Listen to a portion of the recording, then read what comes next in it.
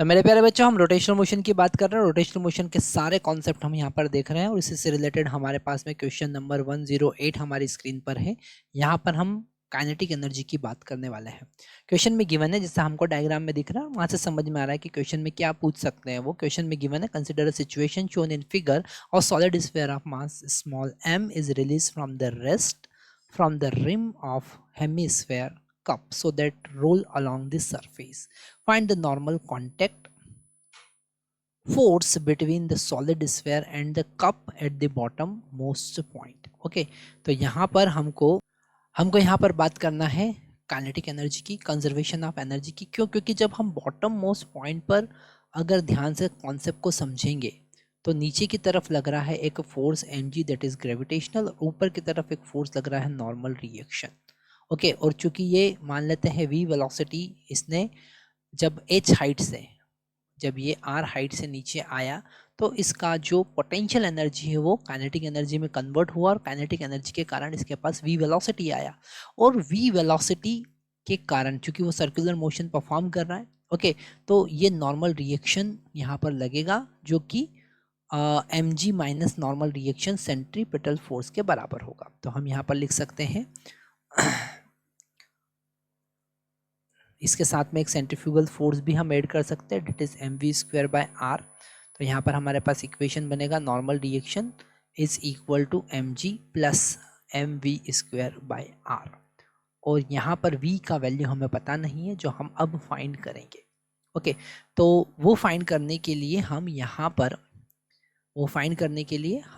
पर energy conservation का concept use करेंगे। और एनर्जी कंजर्वेशन कह रहा है कि potential energy initial plus kinetic energy initial is equal to potential energy final plus kinetic energy final. Okay, तो यहाँ पर हम potential energy initial mg/r consider करेंगे और काइनेटिक एनर्जी इनिशियल 0 था क्योंकि स्टार्टिंग में वो रेस्ट में था। पोटेंशियल एनर्जी फाइनल 0 हो जाएगा और काइनेटिक एनर्जी होगा 1/2 I omega square plus 1/2 mv square, क्योंकि उसका लीनियर मोशन भी है और रोटेशनल मोशन भी है, और लीनियर मोशन और रोटेशनल मोशन दोनों साथ में है तो दोनों का काइनेटिक एनर्जी हमको लेना पड़ेगा। ओके, तो यहाँ पर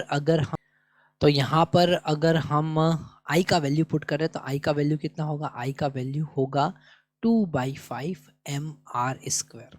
r जो है वो छोटे वाले स्फीयर का रेडियस हम मान के चल रहे हैं, और ओमेगा को हम लिख सकते हैं v/r, है ना, क्योंकि ये जो पार्टिकल है, ये जो छोटा स्फीयर है, ये v वेलोसिटी से लीनियर मोशन परफॉर्म कर रहा है और ओमेगा स्पीड से आगे गोल घूम भी रहा है। ओके, तो उसके ओमेगा और वेलोसिटी लीनियर वेलोसिटी में रिलेशन है क्योंकि वो प्योर रोलिंग परफॉर्म कर रहा है ना। प्योर रोलिंग मतलब बिल्कुल उसका जो कांटेक्ट पॉइंट है वो 0 वेलोसिटी पर है। ओके, तो यहाँ पर ये वैल्यू हम पुट करेंगे mg/r, okay, is equal to 1/2 into 2/5 mr square into v square by r square plus 1/2 mv square.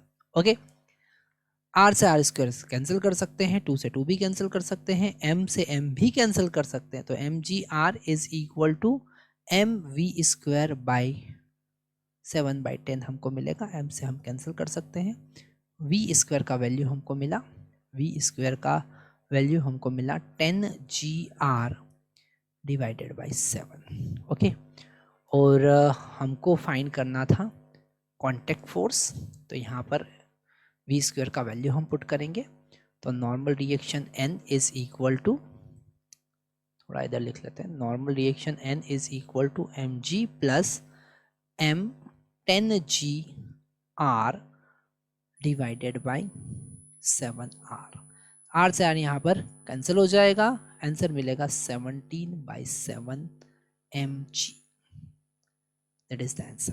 Okay, तो आप देख सकते हैं कि रोटेशनल मोशन के कॉन्सेप्ट बड़े ही इंटरेस्टिंग होते हैं। अगर हमने ये सारे कॉन्सेप्ट ध्यान से देखे हैं तो डेफिनेटली एक भी कॉन्सेप्ट आपका छूटने वाला नहीं है और रोटेशनल मोशन बड़ा स्ट्रांग हो जाएगा अगर ये सारे क्वेश्चन आपने सॉल्व कर लिए।